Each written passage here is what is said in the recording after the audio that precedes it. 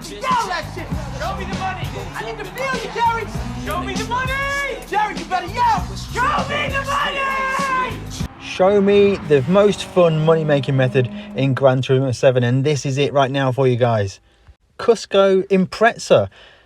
I thought this car was gone, missing from Gran Turismo Sport, missing from Gran Turismo 7, but I'm going to recreate this car, a blast from the past from the original Gran Turismo series of games, Gran Turismo 3, I remember it being in, and all the games after that one. I'm going to recreate this car, and it's the best car to drive around Tokyo Expressway. And it's fast too, 27-minute race completion time, no glitches, no wall riding, just pure straight-up driving pleasure. The car you want is the WRX Group B road car version. This is available from Brand Central. It's available in plenty of different colours, but obviously afterwards you're going to have to put that Cusco livery on it. Just search up in the Discovery store for that. Now, this is not a glitch tune, so you can make a lot of cosmetic adjustments to the car that adjust to your personal preference. There is one small detail that I like to choose on mine, and that is the rear wing. I tested it out, and using this rear wing with the lowest downforce setting, it allows you to get a few pp lower, and that allows you more top speed, and also allows you a bit more headroom for performance. But quite honestly, you could probably get away with any of the other rear wings. Drop the power a little bit just to get yourself back under that 600 pp limit, and you'll still be all good. But my personal preference to use the custom rear wing set. Now onto the tuning. This is my own tune, 600 pp as the limit, ready for the Tokyo Expressway. Sports hard tyres are the tyres, downforce set to minimum using that custom wing set. High RPM turbocharger, and there is the racing crankshaft installed. Aside from that, that's most of the normal parts you need to install. Screenshot this, copy the settings, and straight away the beauty of this setup is that it is a driving setup. It's a drivable setup, and you can make very small adjustments to things on the fly. So you've got the torque vectoring center diff. You can change the way you deliver the power in some of the slower corners. You've got the brake balance. You can change the way the car feels on the brakes. And as you can see right now, we've got great power in this car. Strategy off of the start, I'm going to run you through this first lap, is just run it straight around the outside of all of these cars. Once you pass the blue Supra, then look to the inside. We're going to be braking at the 200 meter board, and we're going to send it on the brakes here. The 200 meter board is your braking reference point for the first few laps in this race. On the brakes now, we're going to be able to send it through a couple of cars and get the car just about stopped into turn 1. Second gear through turn 1. This race starts out slippery, and then we're going to go through turn 2 in second gear as well. We can get on the power really confidently with the four-wheel drive setup. I recommend doing 45-55 on the center differential torque bias. Sneak into the inside of the RX-7 here through this sweeper, fourth gear, coasting corner, and now up onto the back of the GTR into the next braking point. The reference we're looking for is the 100 meter board on lap number 1. Careful of the puddle on the left hand side there, but braking just at the 100 meter board, you should be able to overlap a couple of cars here and sneak into the inside of the Supra. It looks like not quite going to get that move done, but we've got so much drive X in the corner, and we are literally bumping him out of the way. Your next braking reference is just before this blue bridge.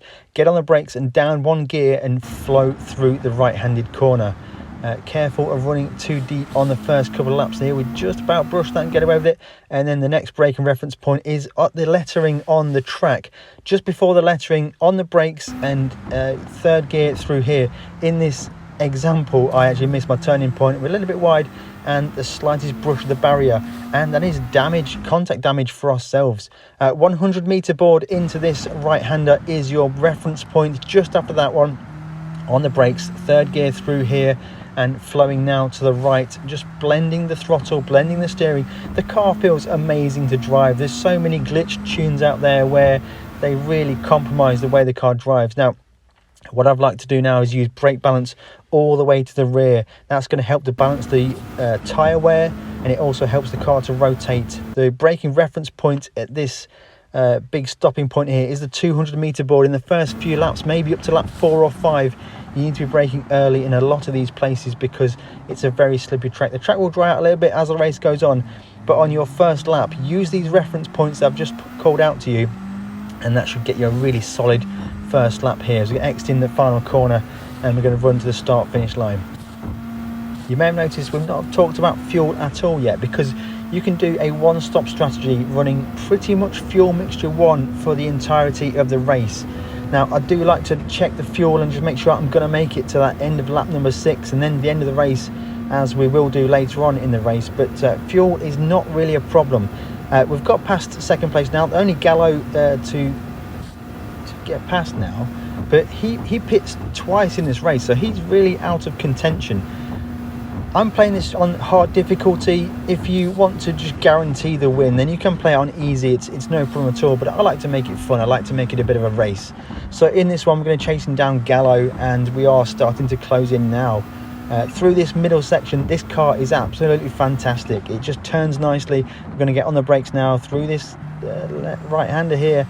Gallo to the outside. He has much more grip than we do. He's going to be on the sports soft tyres, and I think that's going to be his downfall. He has to pit twice in this race, and we only need to pit once.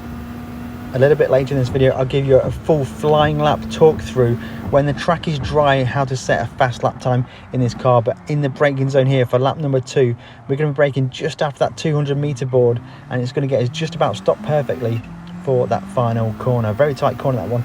But with the way the four-wheel drive is, you can actually just get on the gas early and just power out the corner without fear of spinning up the car or lighting up the tyres. Skipping force now down this long straight now, and this is the first time we're going to think about fuel. I want to look through the MFD now to see where we're at, and we're a little bit below target on fuel usage. It's a little bit because we're flat out on the straight. That is a live prediction. And then skipping forward to the end of that lap, and we are still just about on target for fuel. And to be honest, we can coast into the pits. It's not going to be too critical on fuel usage here. Now, you can see the speed of Gallo in that Honda NSX. He's a long way back from us, but he's coming. He is absolute rocket ship. But we're not really interested in beating him straight up. He'll be doing one extra pit stop than we will. And he's going to send it to the inside here and, yeah, get that move done. Now, this is where the fun starts. This is why I like to play on hard difficulty, because I've got a car to race. I've got a car to chase. That car is incredibly fast. And you know what? We can go racing, guys. It's just a fun thing to do. The way this car drives and flows through this Tokyo Expressway outer loop is just incredible. It's so much fun to drive. A track that is so punishing for barrier contact and penalties. It is so refreshing to have a car that drives with such flow and precision through the corners.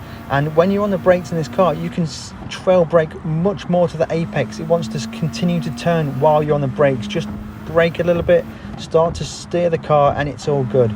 So much fun to drive, guys. I cannot really get across how much fun this car is now. At the end of the 5th lap, we've got one more lap of fuel to go. Gallo's going to pit. We're going to continue on with exactly one more lap of fuel, so that's absolutely running perfect. We have switched to fuel map 2 because we just want to make sure we're going to make it. Gallo is out of the race. We've got a pit stop in hand. We just want to make sure we make it to the pit stop, and we do with plenty to spare. Well, a few percent. We will be fitting a new set of sports hard tyres, filling the tank right to the top, and then exiting the pits, and they are done. We are done for the end of the race. Second stint of the race comes into play now. Other drivers around us will have not pitted yet, so that's why we're down in 6th position. Nothing to be concerned about there. Now, what I normally do is I normally run the first few laps out the pits in, just keep it on fuel map 2, just to give me that buffer towards the end of the race. Skipping forwards now to the end of lap number 8. Gallo's going to make his second pit stop. We are good to go to the end of the race, and this is where we're going to drop the hammer and see what lap time we can get out of this Cusco Impreza WRX Group B road car version, tuned up to be 600 pp. This is a fantastic car, guys. So into turn 1, the track is much drier now, so we can start to move beyond the 200-meter board, just approaching that 150-meter board, getting on the brakes, down to second gear, and you can actually carry braking around the first corner to allow you to brake a bit deeper. Exiting the corner here, just revving it out in second gear, on the brakes a little bit down to, well, staying in second gear, and then exiting the corner, up through the gears now into the sunrise I think it actually is, and then through this sweeping corner here, carrying fourth gear, off the throttle, a little bit of coasting. You can fuel save through here if you need to, up to fifth gear on the transition, and then we're going to go down to third gear, braking at the 100 board, and then flowing through this left right in third gear. Again, looking forwards now, we're looking for the bridge as our reference point. Just before the bridge, on the brakes, down one gear, throw it into the right hander. Next reference is the lettering on the floor just before the 50 board, on the brakes, down to third gear, flowing through the corner, get on the gas early as you can, and then we're looking for between the 100 and the 50. We're going to get on the brakes, down to third gear. You can carry the brakes in deep into this corner, and then flowing through these two corners here in third gear, exiting the corner as efficiently as possible. On the run down to the big braking zone now. With the dry track, you can go between the 200 and 150 board. Close to the 150 board, you can get on the brakes, win the dry, and just about get the car stopped. Really scrub the speed here and get on the gas early, exiting in first gear up to second, and then flat out all the way up to the start finish line.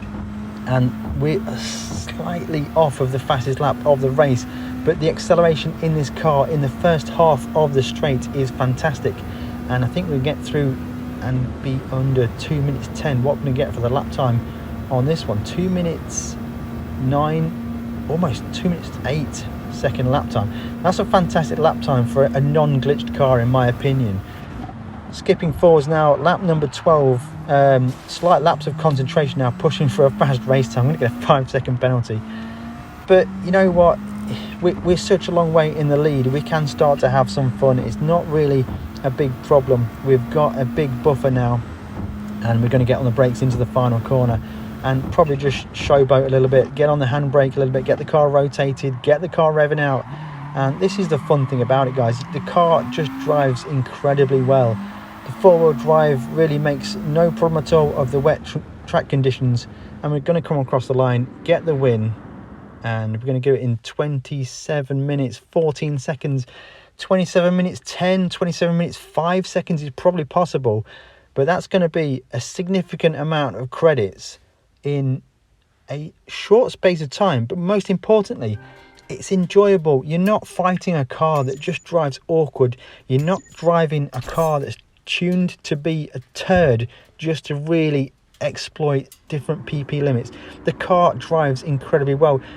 Not only when you're racing this track and grinding for the money, you've got an enjoyable car to drive, and the way the car drives, it just drives normal. You can just get a feel for the way Gran Turismo 7 drives. Every single lap you're doing, you're improving your driving skills, and then when you come to do sport mode or any other races, you just can have that car familiarity. You're not driving a broken car around just to get credits as fast as possible. You're driving a car that is fun and fantastic to drive, and it's not really a glitched tune. You can make subtle changes to this to make the car drive the way you want it to drive and have even more fun. This is a superb car, guys. I highly recommend getting this car, and honestly, just do a few races and you'll really get dialed into the way the car drives, and this race is incredibly enjoyable. Tokyo was always a place that I kind of hated. The wall penalties, and with the recent update with the barrier contact damage, it's a really punishing place, but it's fantastic. When you get the track nailed, it's so much fun. Let me know in the comments below if you've tried this car yet, or let me know if you've tried it and you've set a time. Are you going to be able to get under 27 minutes race time? I'm really interested to see where we can push this to, guys. If you want to learn how to earn 2 million credits every 2 weeks in Gran Turismo 7, then click the link on screen right now, and we'll catch you in the next one.